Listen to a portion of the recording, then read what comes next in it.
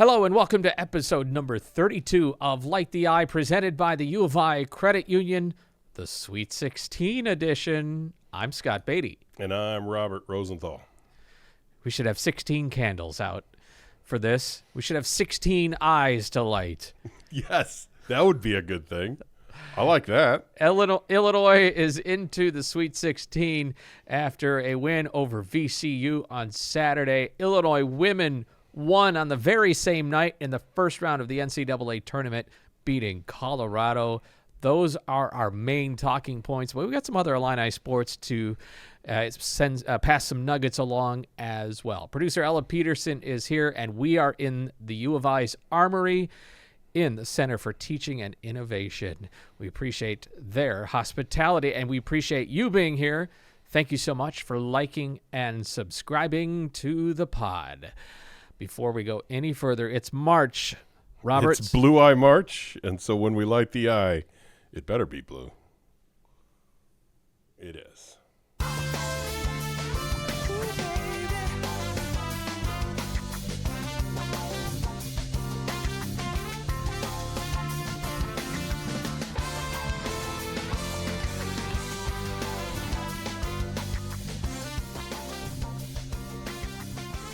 I already know. We didn't discuss this ahead of time, but I already know what you want to talk about first. Really? Last episode, we buried the lead a little bit, in not talking immediately about a historic performance from Illinois in its first round game with the offensive output and the efficiency it had in that second half. Mm-hmm. So I don't want to skip over what is so obviously, I know, the biggest story for you. For the first time since 1999, Iowa's in a Sweet 16. I don't even know how to talk about it. When I say words about this, people are going to throw things at whatever listening device they're using because I have such irrational takes about Iowa fans in Houston. Iowa will be in Houston. Nebraska will be in Houston. Illinois will be in Houston. Houston will be in Houston. We're going to come back to this because people will turn off the show if I start on my Iowa and Nebraska. Yeah, I was just trying to, poke the bear a little bit. That's fine. It is pokeable. Look, all I'm going to say is an all Big Ten Final Four is still in play. Yeah, and it's crazy. And I don't know if that's your nightmare or your dream absolute scenario. nightmare. Absolute nightmare. Absolute nightmare. That is. I'll say it this way, and this can frame it easily. In 2005, the other semifinal, if people remember, Illinois-Louisville, the other semifinal was UNC-Michigan State. It was a not-so-great Michigan State team that year, but they made it to the Final Four. That's what Michigan State does. Mm-hmm. And UNC was clearly the other team. All that season it had been, is Illinois the best team or is UNC the best team? And then when they met in the final, it was like, well, we're going to find out. 4 NBA players over here, 3 NBA players over there. We're going to find out who's the best team. As I was watching the Michigan State and North Carolina game, I wanted North Carolina to win. It would have been way easier for Illinois to win a national title had Michigan State knocked them off. But just the idea of playing a Big Ten team in the final, it turns my stomach so deeply that I threw out all logic. I threw out all, hey, this is better for Illinois. Do you not realize that? And I get to, this is my nightmare. Is this the take that you don't want to put out there right now because people are going to throw things Just wait until I talk about Iowa and how I don't want them there. We'll get to it. Let's talk about the good thing. Okay, the good thing. Deep So breaths. My connection to this, you're okay. It's Monday. Okay. You're going to a Sweet 16. We're good. Sweet 16. You're going to a Sweet 16. We're fine. It doesn't affect me. Matt Norlander put it out. It's the obvious, but it's still a see what I just did there? If you're watching, I just went, what? You know, like the double take, shake your head. Wait, what? Mm-hmm. First Sweet 16 for Iowa since 1999. Mm-hmm.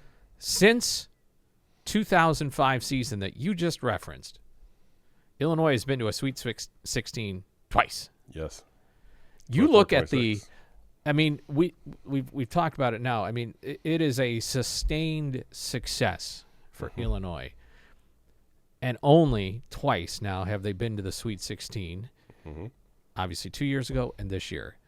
It's a rare thing still. Yes. But it is a Sweet 16 team, and not really, not as in a wow, they really pulled. And I mean, they are a legitimate Sweet 16. They are legitimately one of the 16 best teams in the country, Without question. And once again, so just here's what I want to posit to you. Yes. Somebody close to me said, "Phew, we're in the Sweet 16. That's all I needed. Whatever else happens, it's been a great season." Mm-hmm. What do you think? I agree with that. I mean, 17 preseason, right? So if you're the number 17 preseason, you make the I don't Sweet care 16. about preseason. Preseason can be way off. It is. That's a guess. It's a tough draw, obviously. You know, I saw a lot of takes yesterday of like, gosh, that Sweet 16 game, Illinois-Houston, they could be two of the four best teams remaining, and they're playing in this round. That could be a Final Four game kind of thing. So that makes it a little tough. Again, part of that is because of upsets in other spots and just the way like Iowa brackets, upsetting. Yeah, we're not talking about that yet. Oh, I'm sorry. I forgot about that. Serenity now. It was so it's a tough draw, but yes, Sweet 16 was the must. We'll say it that way. It was the must for this team the way the season played out. You can't not get to the Sweet 16. Look, Johnny, who a guy on a podcast we've had on Illini board forever called The Boardroom, made this fantastic point, and I want to bring it over here. The difference between Illinois and Nebraska was very slim this year. Both teams 15-5, split their head-to-head.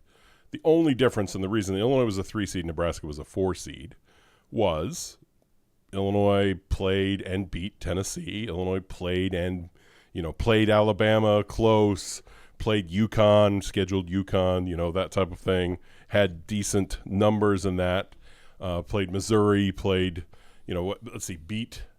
who we beat in the preseason. We beat both Tennessee, we beat Missouri, and we beat, who am I missing? Oh, Texas Tech.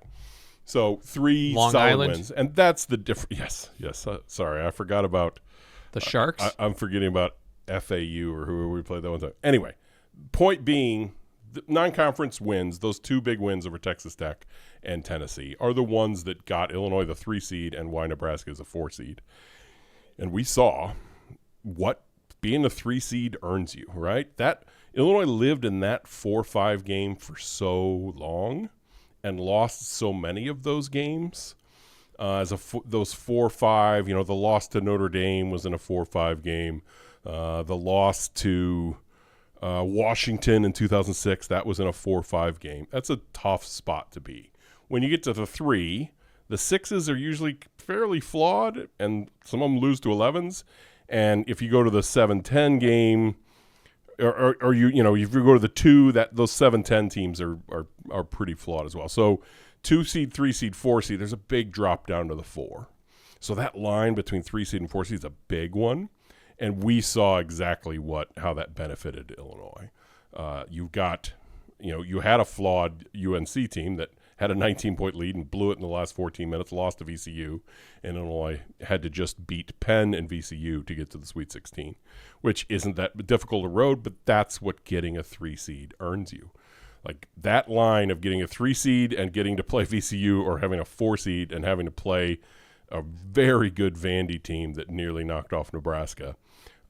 That's the benefit of getting that. That's why I obsess everywhere, every season, about just get out of that 4-5 line. That 4-5 line is death.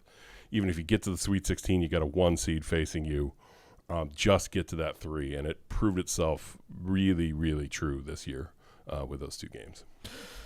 So I wrote this down, does Houston have a problem with Illinois coming to town?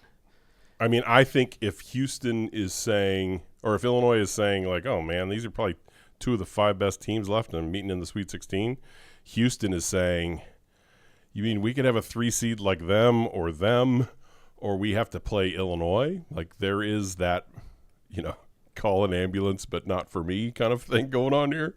That's a great reference. Not many people will get it, but it's a fantastic reference. I'm going to pat myself on the back. Good job. There is that one went right past me. Yes, there is a hey, sure they're a tough out, but so are we aspect to this game. That there is a, look, what is Purdue as Texas? And we have to play Houston. Like there's a Illinois and Purdue were back and forth all year, and Purdue climbing up to that 2 seed earned them this very sweet path all the way to the Elite Eight. So. Yeah, but as a 3 seed, you're going to be playing. If it wasn't Houston, you're playing Purdue or Iowa State or UConn. Yep, gonna be tough. And well, I mean, you beat Iowa State 2 years ago. Yep. And you're showing you could beat Purdue, but Purdue's showing they can beat anybody. Yep. I mean, it's at this point, they're all tough. Yes. The only thing here that stinks about it is Houston's at home. They're not on their home floor, but they're in their home city, which is extraordinary because even the 1 seeds aren't in their home city. Yes.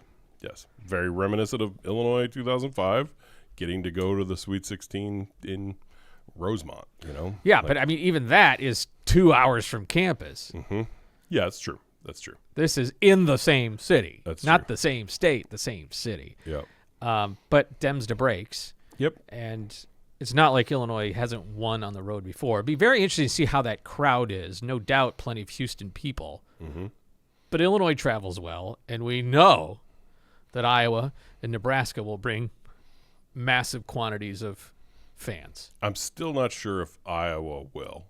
Like their average of attendance this year was, I think it was like 10,900, maybe 11,000 or something like that. Yeah, and that's they fair. seat 15.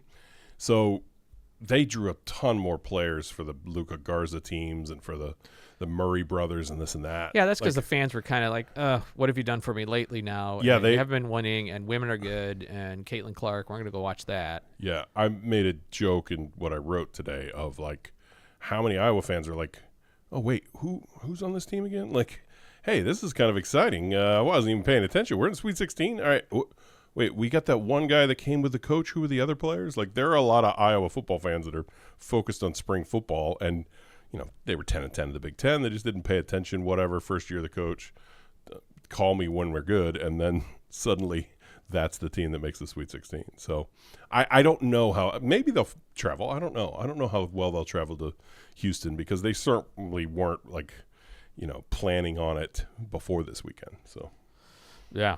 But a last-second shot or near last-second shot, and then Florida couldn't get it done. And everyone said Florida was the weakest one, even though Florida was, I think, the number 2 team overall. Since we're here, let's just get it over with. Okay. Okay. But we're going to talk about other things. We will come back to Illinois basketball. Yeah. I just need to Iowa rant for a little bit. Because do you have IDS? What's that? Iowa Derangement Syndrome. Maybe. Here's my only thing. Are they living rent-free? Yeah, 100%. Absolutely. Without question. Like, I am not ashamed to say any of these things, but it's pretty shameful stuff. Like, I was in St. Louis. I was driving back last evening. Got caught in a hailstorm in Mattoon to where we had to, I thought the windshield was going to break. Like, heavy hail coming down. I had to pull under an overpass and sit for a while. And the whole time, I'm just trying to not think about the possibility of Iowa beating Florida. I had seen, when we got in the car, let's see, we stopped somewhere, maybe to get gas or something. It was around Collinsville. Anyway, I'd seen a score of Iowa 17, Florida 11 or something like that. And I was like, oh, God, no. That would ruin my weekend. And I want to have a good weekend in no. So now, I'm not kidding.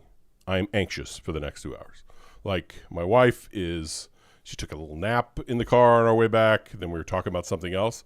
The thought of Iowa beating Florida never left my mind for 2 hours. I'm just sitting there no. I don't want to go to breakfast at my hotel in Houston and have an Iowa fan serving themselves patty sausages next to me. I don't want it. I have to go into their arena. I have to listen to them. I've been to these football games. I've been taunted by them online. remember that we had that one question about the Big Ten fan forums? Yeah. I was taunted by Herky in 1997, okay? I have taken more abuse from Iowa fans than any other fan base. I live my life out loud. They reach out to me constantly on Twitter. I will hear from them nonstop. And now they have to be in Houston. It's very, I'm going to go Mad Men here, okay? So this is a very niche kind of statement. There's an episode in season 2 or 3 of Mad Men where Pete Campbell, the young go-getter guy, is finally named head of accounts. And he's so happy, and then he finds out he was named co-head of accounts with another guy. And he is just like now devastated. And his wife shows up with a cake, and they're going to celebrate, and like, oh my gosh, I'm so proud of you. And it's just ruined for him.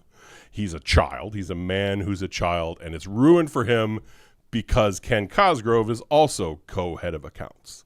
And so he's getting a promotion. He's getting everything he ever wanted, but he's pouting. That's basically me last night. When I found out Iowa won, I'm like, I don't want to go to the Sweet 16. Like, I was I'm texting with friends. I'm like, this is a disaster. I don't even want to be there. I'm not even joking. I moved. This is not a joke.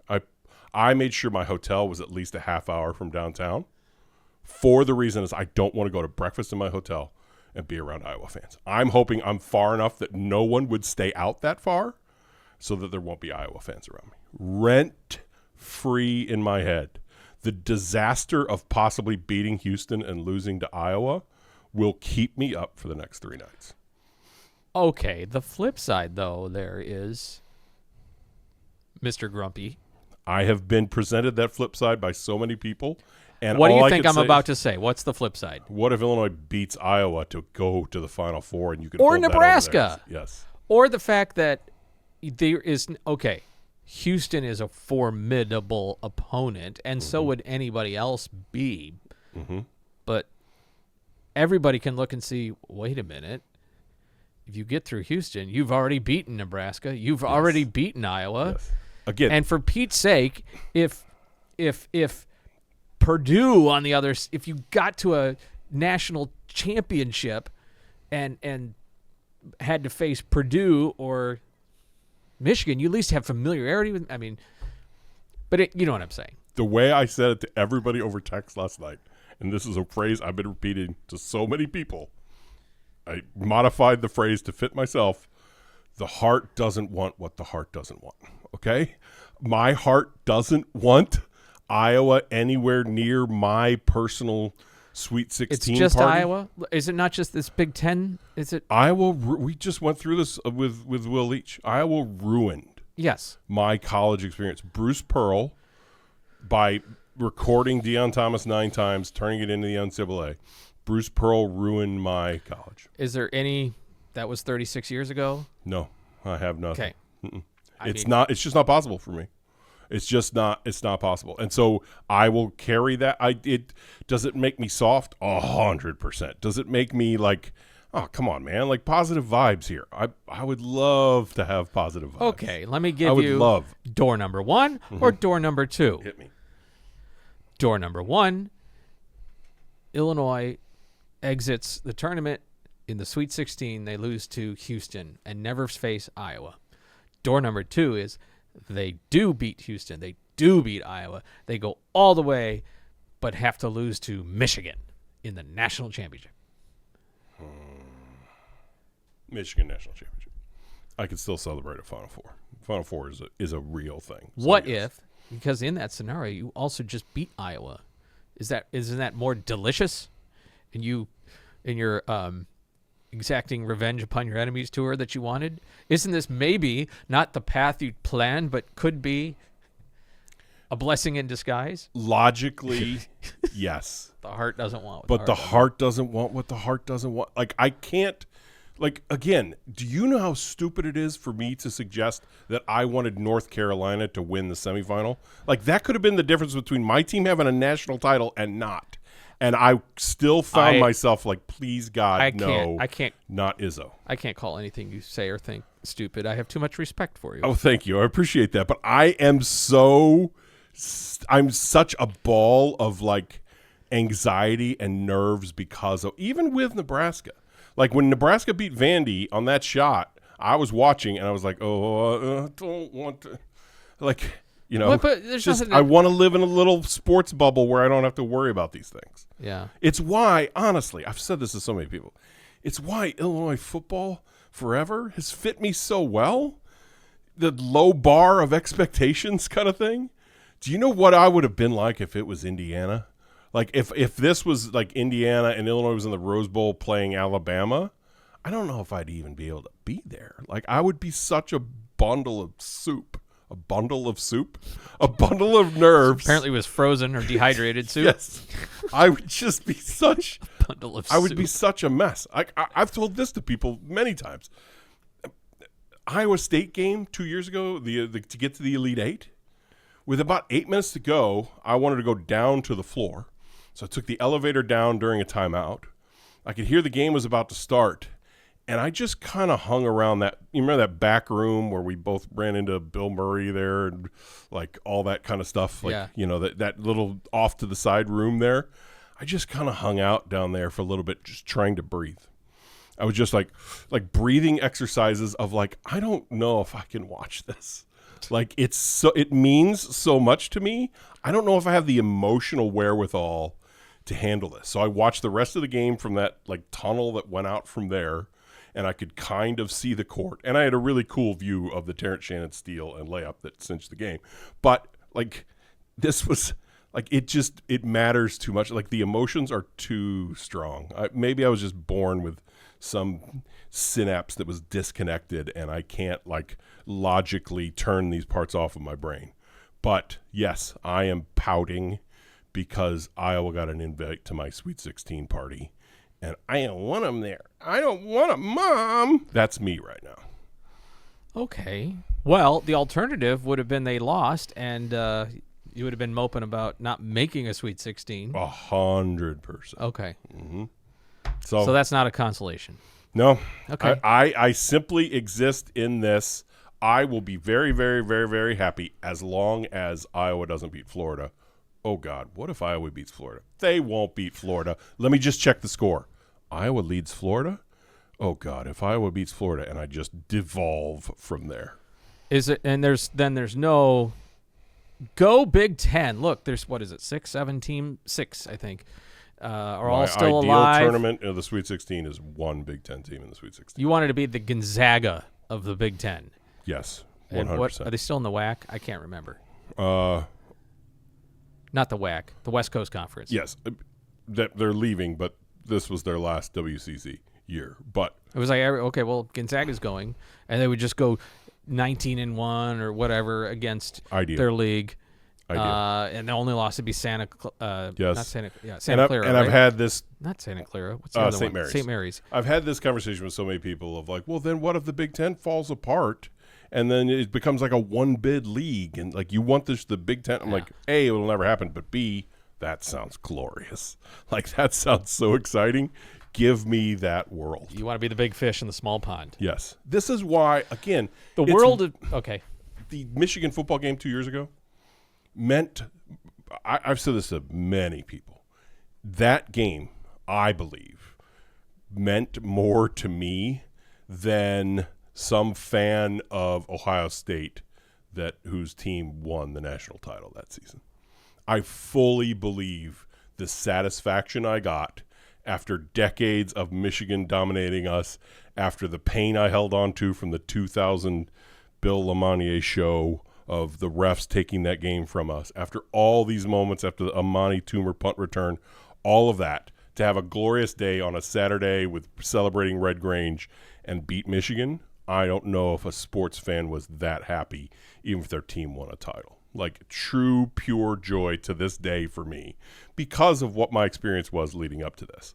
And it's because of that experience that this stupid Iowa basketball thing exists in my brain, and it just won't leave, and I cannot stand that they'll be in Houston too.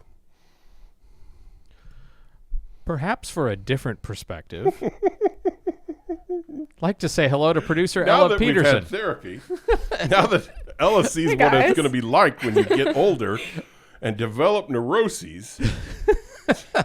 Welcome back from spring break. Thank you. I know it's good to be back. I know I've been back. But. Yeah, you spent at least some of it here because we work in sports. We love sports. So you were hanging out producing broadcasts of softball. I don't know if were you doing baseball too? I know I saw you around. But anyway, welcome back. And do you have any differing perspective on the team that you root for making a Sweet 16 for the second time in 3 years? I mean, I love it. So, but I am with Robert here on Iowa is my number one school. For me, it's Iowa and Notre Dame. That's I was never allowed to apply to them. Excellent. I don't think anybody else in my family would ever be allowed to apply to them. And so those are it hurt. I was watching the Florida-Iowa game and I was like, my cousins go to Iowa. You know, we're the basketball school. We didn't have football. We always lost Iowa in football or whatever that field goal game was a few years ago. Yep. But we have basketball. I'm basketball. When my cousin Oscar comes to visit, it's come to a basketball game. That's what Illinois is. So I hate that they are raining on our parade. But Thank you. At least we have a parade. Yeah. It's way more fun than not having a parade That's at all. a great point. That's a really, really great point. At least we have a parade. Listen, shout out to your parents. Not letting you go to Notre Dame or Iowa is fantastic parenting. The biggest parental scare I had is when my son, as a freshman at Colorado State, was like, my girlfriend goes to Mizzou. I might want to transfer to Mizzou. And I was like, oh, I don't know. I mean, that might be better for your life and all, but have you thought about my life? Have you thought about what that would do to me? I'll make it worse here because for my parents, they were Iowa Notre Dame. And I think for me, it's Mizzou. That's my one school that I'm nobody's going to Mizzou. Right. Nobody's going. Right. Nobody wants to go. Right. It's all right. And the number of kids from the Metro East that have gone to Mizzou of late is disturbing. Come on, people. You're on the correct side of the river. Why are you going that direction? Hey, speaking of that, tomorrow Illinois baseball will play its annual neutral site matchup with Mizzou. And this year it's going to be played in O'Fallon, Missouri. For those who've been with us from the early episodes, Ella is from O'Fallon, Illinois. Or as you would say, the correct O'Fallon or the better O'Fallon. It's always the better O'Fallon. Yeah. Yeah. So I will experience the inferior O'Fallon, I suppose. Oh, it's in tomorrow. O'Fallon, Missouri is where the game is? Yeah. Oh, is it at the T.J. Hughes Park where the River City League? Yeah. River City Rat. Well, it's no longer. I think it's a summer ball team now. That's right. That's right. The Hoots. The Hoots. That's right. The Hoots. It had been in Sauget, where Gateway plays. I don't know why it just moves around. I don't know how that happens. Have you guys ever had a Krispy Kreme hamburger from? I have. Yes. Isn't it good? Yes. They make a burger at where the Gateway Grizzlies used to play before they were disbanded or whatever. They had a burger. You mean River City? It was Gateway Grizzlies first. Did they change to River City something? No, River City Rascals were O'Fallon. Yeah, you're still talking about Sauget. I'm talking Sauget. Yeah. It's still there. Still Gateway Grizzlies. That's what. Yes. Got it. They still exist. And they have the burger with the basically 2 Krispy Kremes or the bun and then a burger in between. That is good, Ella. Oh my gosh, I'm not even about this, and it is so much fun. I'm mad that this game is not there anymore. I would totally go back home for the Krispy Kreme here. It's so good, and I don't even I'm not normally into that stuff. You should still go though and just sit in the stands and not boo Mizzou, but just boo O'Fallon. Just wrong O'Fallon. You're right. You said it right there. O'Fallon. O'Fallon. There's an O'Fallon. I didn't mean to. And the correct people refer to that one as O'Fallon. All right, one more thing on this whole bracket. Great to see you, Ella. Oh, I have one more question for Ella before okay, go ahead. Let her go. Tell me what Sweet 16 plans are on campus. Do people go, we've talked about football block and this kind of thing and what people do and this and that. I'm guessing it's people hit cams on Thursday night kind of thing or bar of their choice or, because that's a big deal on campus when it's a Sweet 16 game on Thursday night. Ella, you said you were going to the library, right? You were going to study? I'm totally going to the library. Yes. I mean, if you weren't so studious and if you weren't so tied to your education, what do you think might others be doing on campus on Thursday night? I think it's really wherever. It's also your vibe. Do you want to actually watch the game, or do you want to go talk to your friends and have the game on in the background? Mm-hmm. So I think that really switches up some people. If you're going for the restaurant where you want to eat and like that's where you're seriously watching the game, or if you're going, as you mentioned, to a Cam's, that's a little bit more. Yes, you watch the game, but if you don't have a stool seat, you're just talking to everybody else. Yep, it's a big. Have you decided what you're? I mean, obviously you're going to be working on a 34-page turn paper. But what if you didn't? Have you decided what you would hypothetically be doing? Hypothetically, I think I would just have to do like a couch TV and all my friends. Like I think then I wouldn't really enjoy the Sweet 16. I think then you have fun after the game's over. Those are great moments. Like you can hear people across campus. Like you can hear other people cheering from like their balconies and things like that. It's a big campus moment. It's a fun time to be a student. Yep. I think I told you my national championship watching experience. Don't do what I did. Okay, what'd you do? I was with two friends from college. 05? This is 05. I was with two friends from college. One was one of my best friends from college. The other was one of his best friends from growing up who also went to Illinois. And I am friends with by mutual association and still friends with to this day. However, the other member, even though he went to Illinois, he grew up in North Carolina. Yes. He grew up in North Carolina, and for whatever reason, his rooting interest for the Tar Heels trumped his rooting interest for Illinois. Don't watch a national championship game. Especially one that ends like that. And I'm going to tell you that person is a priest. He is one of the kindest, most patient people in the world. He was not obnoxious. He was not rude. He wasn't like an Iowa fan in your Twitter feed. Yes. It still was tough. I'll bet. It's tough. Just the knowledge of his joy and your devastation. It's tough. It's hard. Yep. But I'm also one of those people, if everybody's not happy in the room, I'm just totally, and it's hard for me to want something knowing what I want is not what somebody else wants. I have always told myself that once Illinois finally does win a title, I won't be like this anymore. Like this desperation in my soul will be gone and I'll be better. And I can logically approach a Sweet 16 weekend. It's fine that I was there. That makes it easier for Illinois. What will be our hook for this podcast? Yeah, great point. Great point. Coming up on this episode, Robert's experiencing serenity, and there's no more drama. Yes. Robert wrote a football preview that was 1,500 words because he no longer has anxiety in his body. How was your trip back from St. Louis? Well, I was happy for those boys from Iowa to experience a great effort. Nobody wants that, Robert. Nobody wants that. Nobody needs that in their life. All right, before I have two things to point out. Okay. You mentioned Texas, and in the bracket, I got the bracket here. The bracket, everybody in the Sweet 16, even the 11 seed, is from a power conference, including UConn and St. John's Big East, which counts for me for basketball. Sure. So there's a lot of narratives out there. Is the Cinderella dead? It's really hard to call the Texas Longhorns a Cinderella even as an 11 seed. It's hard to call Iowa a Cinderella as a 9 seed because they're all coming from good conferences. Yep. So that's just being spun out there. There's a lot of theories about portal and NIL and the realignment, and we're not that far away from your FAUs and your Drakes and your everybody else that has made. I don't know if Drake actually made a Cinderella Wichita run. State. Your George Mason. But I'm talking just a few years ago, not even that long ago. Yeah, sure. But still, there's a couple years now in a row where it's like, everything's kind of chalky here, and it's all bigger budget programs. Yep. I mean, just something to watch. Would Mercer be better if Jake Davis were still there? Would, UAB be better if Axel Lenneborg were still there?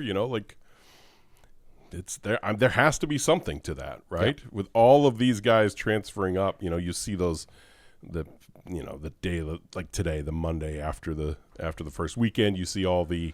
Here's where the players on the Sweet 16 teams began their college careers, and there's nobody with 5 starters who all, everybody has at least one portal guy. So even Purdue, who prides themselves on, look, we grow from within and we don't portal. So there's something to it. There's absolutely, I feel like I don't think that dramatization of is the Cinderella dead is too harsh, because there is really something to that of the programs with the money or the programs in the Sweet 16. Last item I have on men's hoops. In the first round, Illinois beat Penn. We discussed this in our last episode. Today, I saw there was a posting from the University of Pennsylvania's band apologizing for a chant that they had.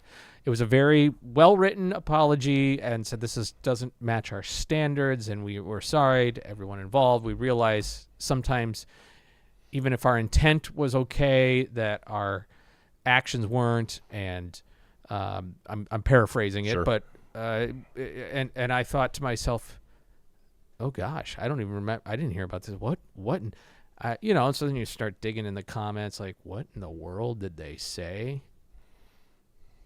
It was that's all right, that's okay, you're going to work for us. That was someday. What they were apologizing for? As best I understand it. Really? And then it triggered something like, oh yeah, I did see that they had said that, because it made the rounds on social media, and I thought, we're offended by that?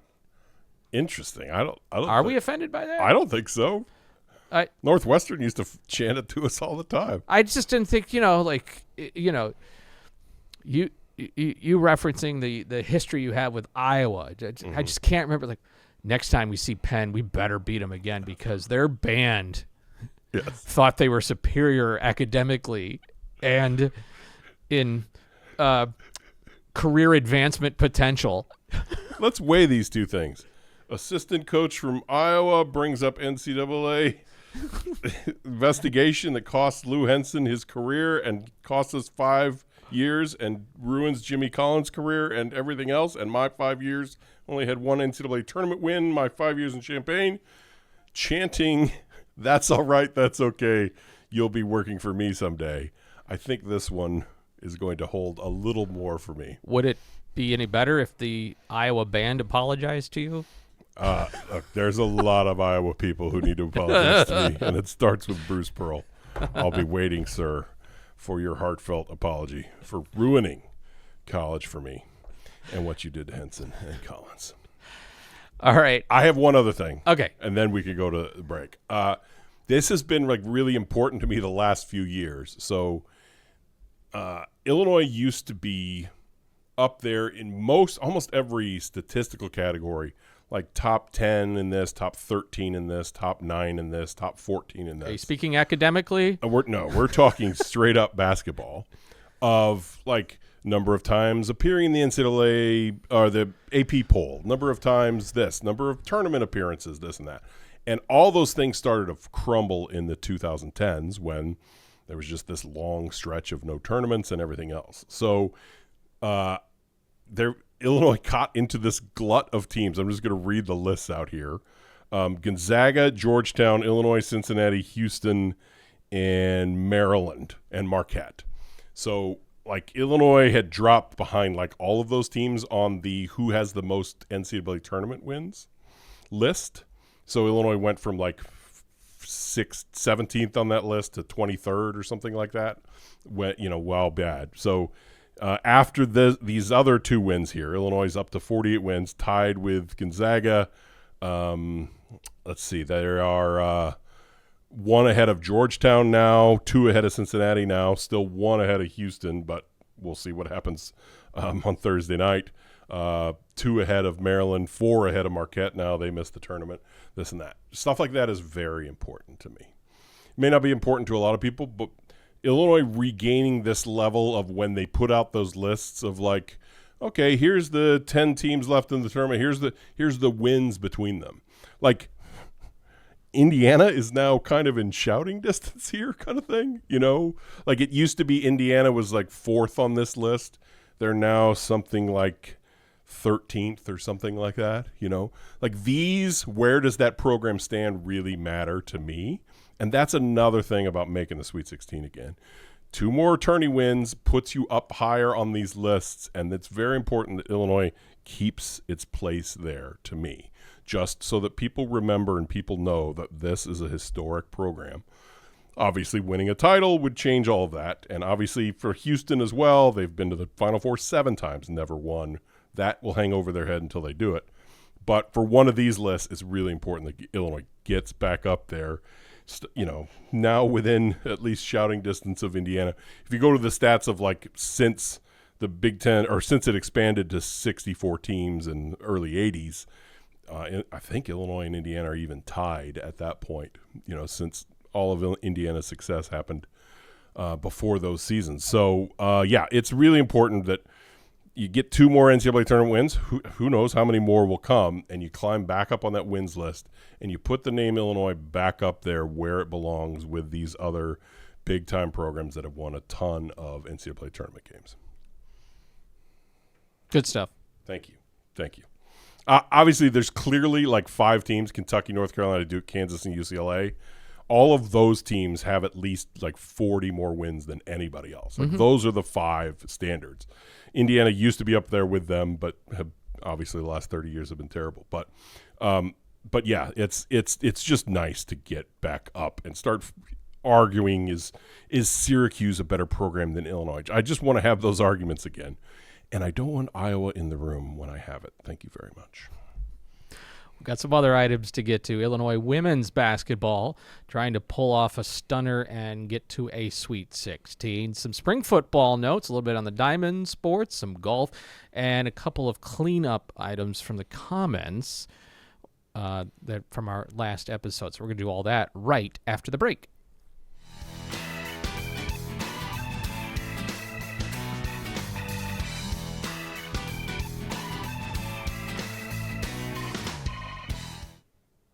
Just before we recorded this podcast today, I was doing some preparation at Logic Co-working. You've heard us speak about Logic Co-working. They are a sponsor of Light the Eye, and they're a great venue for you to find some quiet, productive place to do your work, studying. If you're a remote worker, there are long-term options, be it a desk, a cubicle, or even an office space. And there's conference rooms to use as well. Whether you're looking for a month-to-month option or just a day at a time, you can find what you need at Logic Co-working. But just today, some friends of mine came in and they were checking out the event space. So just want to let you know that at Logic Co-working in Champaign, there is space for you to host your events, whatever it might be, a professional gathering, a celebration, a party, you name it. They can do it for you. Fast, free Wi-Fi, printing, there's a kitchen, and more available at Logic Co-working. And for members, it's 24/7 access. So check out our friends at Logic Co-working, corner of Neal and St. Mary's. Whether you're in town for a ball game and need a space to get some stuff done, or you're a regular around here, or maybe on campus and just looking for an alternative space to do something or a place to meet up with others, Logic Co-working is the place for you.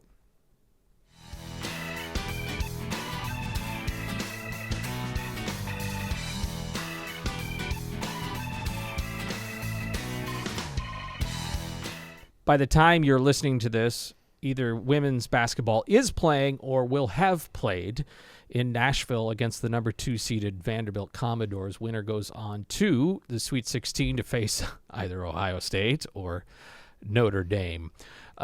So obviously there will be more to say about it the next time we talk. I'll just say this. The way the tournament is set up, it's really hard to lay out expectations for a non-hosting team to advance into the Sweet 16. Unlike Houston on the men's side, who's going to be playing the Illini in their own city, it'll still be a neutral site, technically, be in the same city. But in this case, Illinois is playing Vanderbilt in the women's tournament on Vanderbilt's home floor in Nashville. So Shauna Green, was even asked, why are there not more Cinderellas in women's basketball? It's just the cards are stacked against you when you have to beat somebody on their home floor. Speaking of, I just looked this up as you were saying this. Virginia just beat Iowa in double overtime on their home floor. 10 seed over a 2 seed. Are you okay? Are you upset about that? I don't know why I brought that up. It's not like I have any deep-seated Iowa issues. It's not like... I'm fine. Look, when we said Light the Eye is the name of this show... I just want to emphasize it's not light my hatred for Iowa. Yes, but yeah, I mean, you're right. It's so hard to do, but man, gosh, let's dream a little bit, right? The game doesn't start for a couple hours. How great would it be to get an upset over Vandy? You know, I was looking at the lines today. That's actually why I pulled this up. Of, you know, UConn's a 1 seed playing 9 seed Syracuse. They're favored by 37.5. South Carolina is playing USC, who's decent, favored by 24.5. UCLA is playing 8 seed Oklahoma State, favored by 26.5. And even in some of these games with a 2 seed, you know, let me look from yesterday. Some of those games with a 2 seed, LSU played Texas Tech. They were favored by 27. So Illinois and Vandy is a 12-point line. Like, there's respect for Illinois, and there's a possibility here. Like, some of those other games are like, yeah, this is going to be over quickly. But a 12-point game could be done. Like, this is it's not, look, this is what climbing up to the 7 seed, this is what basically that win over Michigan State in the Big Ten tournament got them out of that 8-9 game into a 7 seed. And they got a 2 seed that's really good, but maybe has a few Achilles heels here or there that Illinois could do. So I'm excited for this game. I'm hoping that when people are listening to this that they heard about an upset. Well, Nashville's been good to Illinois athletics this year. You think first of the bowl win over Tennessee. Speaking of beating somebody on their home turf, kind of. Hoops got the win over Tennessee. Men's hoops did. The women won their first round game over Colorado in the same venue. And even volleyball won over Vanderbilt. It was in Nashville. Yeah.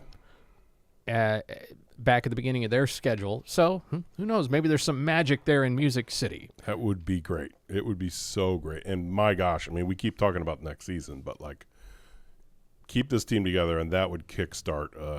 You know, if they got to Sweet 16 this year, what are they next year? You know, the youngest team in the NCAA tournament. They keep saying that on the broadcast. Youngest team in the entire tournament. Get to a Sweet 16 this year. What are they preseason next year? Like 11? Something like that? Bring everybody back. They're going to be ranked fairly highly going into next year. So yeah, it's really exciting for Shauna. Both the men's and women's programs, too, have integral elite freshmen. Yes. Ciara Parchment set the freshman scoring record for a season in the midst of that Colorado win. So there's nobody else as a freshman that have scored more points in a single season for Illinois hoops. Broke Shatrice White's record that she set back in 2014-15, I think. So, great job. And who knows?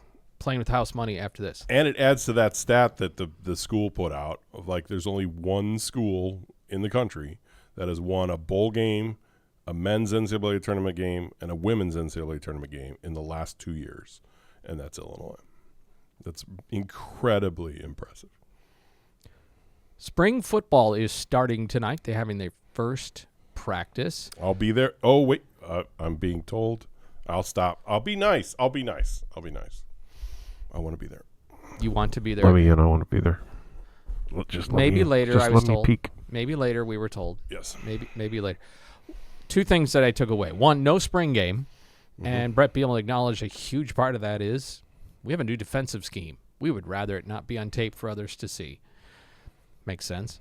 So there will not be a spring game for fans to see. Number 2, and this is the bigger headline, and it will be the talking point from here through September, there is so much positional churn for Illinois, not only with any new players that come in, but also with current players.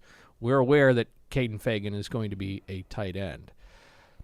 Just today, at least to the start of spring ball, Daniel Brown is going to be the Mike linebacker. So he's been more of an outside guy. He's moving inside. But all of how everybody operates at the linebacking position is different in the new 3-3-5 or 3-3-5-ish scheme. Yep.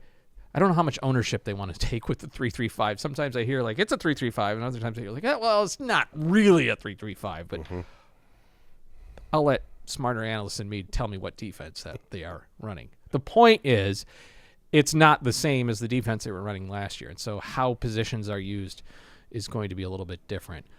There's a number of guys that are going to be limited or modified. So Xavier Scott not going to be participating very much. Matthew Bailey, same. James Kreutz had a wrist issue. He'll be like moving around as a linebacker, but he's not having contact. So there's a whole list of guys.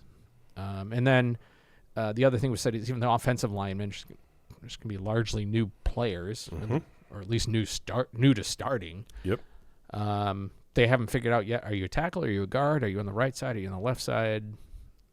I'm sure coaches they're not just let's see what happens. There's a little more of a plan to it, but it sounds like they're in we have a plan, but we're willing to adjust that right now because everything is so new. So that's what I've picked up about spring football. There's immediate availability today, and here we go. They have 15 practices to get ready for the fall. Yeah, it's going to be easily the second. I'd say this is the second most unknowns of the Bielema era. Like 2021, obviously, we don't know what either scheme is. We don't know which of the returning players they're going to feature. Who of the young guys that they just brought in are they going to add? They had some JUCOs. It was all unknowns in the spring of 2021. But this is probably second to that. 2023 was a big turnover, but this is probably the second most, we don't know. I don't have an answer to that question yet. I'll tell you after 15 spring practices, but we don't even know yet. We had a really good idea last year. We had 18 returning starters in the bowl game. Now we have 7 returning starters in the bowl game. So it's completely different. I saw Bill Conley came out with his returning production rankings today, his initial ones before the season. He takes the positions where it's important that you have returnees, and he weights the returning production. So it's not just a returning starter statistic. It says it's really difficult to replace a offensive line. It's a lot easier to replace running backs. It's easier to replace defensive linemen than it is to replace defensive backs, all that kind of thing. And he weights it and puts it that. Illinois is 75th. So last year, Illinois was 4th in returning production on his rankings, and now 75th. So, yes, it's a big turnover year, and we shall see where all these things go. There's a lot to learn. So that's why I think they should let me go to practice, every game, so I can watch me keep Iowa away. There we go. Baseball took 2 out of 3 from Rutgers over the weekend. The Bats were alive, first 2 ball games. It was a very challenging weather day yesterday. It started around 80 degrees, but the wind was blowing in the whole time, and the temperature just kept descending into, that's a cooling breeze, into that is like a nor'easter wind in my face. Illinois had a 3-1 lead in the third game, but bullpen could not hold it, and once they fell behind, it was near impossible to get hits in that wind. Anyway, Illinois still won the series. Good sign. They've won 2 straight series. Would have been great to sweep it. Yeah. And come up short. But great to see some of the guys that were struggling a bit at the plate starting to get back into form. Kyle Shutman, Jack Ziebig. Among those, Nick Groves gets on base, but he's getting a lot of hits. He even hit his first home run with the Illini. So they just got to keep stacking wins because there are some very good teams yet still on their schedule. But there's a lot of space here. So you just keep winning more than you lose, and they'll be in good shape. Softball got swept by Northwestern. Northwestern's always a very solid program. Unfortunately, the Illini couldn't find very much. They got no hit on Sunday, so that is a tough one. I know you wanted to mention golf for a moment. You had a small golf nugget, or a mini golf nugget, if you will. They're in a tournament right now in Oregon, and mini golf. That's funny. See, we used to go to mini golf with my family, and we would bring our own putters, like all 4 of us. Like even my older sister, my sister had her own putter, and like people would ask, and like my dad would tell people that we were a professional mini golf family. I was so embarrassed. Like, Dad, stop talking. But that's what embarrasses you? Yes, that's it. Yes. Not embarrassed by telling people that he's pouting over Iowa being in Houston, but cannot stand when Dad said, yeah, we're professional. We live in a van and we travel around the country playing in family mini golf tournaments. Like, that's a thing. Yes, so the golf tournament is going on right now, and Max Herendeen has been struggling in the last few tournaments, and there's been a lot of talk, at least, I have some group chats with some people who follow golf really closely, and he sat Max on the bench for this tournament, and I was very surprised. I mean, it's not like being benched in other sports, so you still play. You just play as an individual. Mm-hmm. And the guys on the team know that it can be like, let's just take some of the pressure off for a little bit. These tournaments don't count. It's not like we're at the regional yet, this and that. So it's not like one of those, like a baseball pitcher's been in the rotation and he gets sat down and said, look, we're sending you the bullpen. We just can't handle you as a starter anymore or whatever. It's very true. But to motivate Max and to do something, he's gone to the bench and Ethan Wilson into the lineup. So very, very interesting, because Mike Small usually reserves those spots for his best guys that they have them locked up. But with Max's struggles, it's a week to give the other guys a chance. So very, very interesting. Couple of items before we say goodbye. From commenters on our last episode, we were talking about great Illinois freshman seasons, and somebody said, what about Deion Thomas in his freshman year? I don't know that we gave Deion his due there. At one point he had the record, right? It's true, but, I mean, it technically wasn't his freshman year. Because was it a redshirt freshman? I mean, no, it was a Bruce Pearl freshman. He was suspended for a year during the investigation. Oh, right, but his first year playing. Yeah. Yes. But in the record book, it's listed as a freshman. I think so. I don't remember if they defined his year as a Prop 30 or not. Like due to these questions about his academics, he does not pass the Prop 30 rules and has to sit out or something like that. I can't remember exactly how it went. But yes, I mean, obviously in his first year playing, great freshman. But I don't know if he was technically a freshman. Because I just remember when Georgie Bishanis-Feely set the freshman singles game scoring record. He beat Deion's record? He beat Deion's record. Okay, so then maybe he was a freshman. Like Frank Williams, for example, was a sophomore his first year. He did not have a freshman year. Like Frankie would be on there, but he couldn't be qualified due to Prop 30 rules. So I just don't remember how that worked with the investigation and with Deion and everything else. I just remember it was all Bruce Pearl's fault. This is the first time you've brought up Bruce Pearl or Iowa on this podcast. I don't have any deep-seated issues. I don't need therapy. What's therapy for? Why would someone need you sports got therapy? It'd ruin this podcast. So. Nope. I'm reasonable now. All right. The other thing we were talking about in our last episode was how long could we be on the floor with Illinois? Yes. Against I saw that Penn, comment. I really liked it.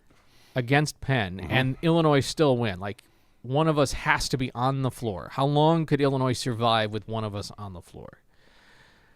And a texter says, no offense meant, but your discussion of the hypothetical suggests you've never been on the court in a competitive situation against Division I caliber players. 100%. Well, my only thing is that was your clue?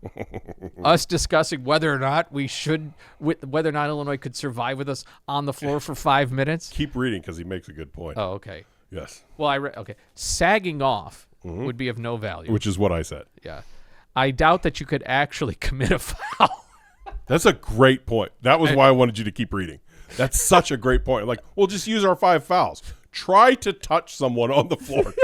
Just try. While playing defense, just try to get up to him and touch him to foul him.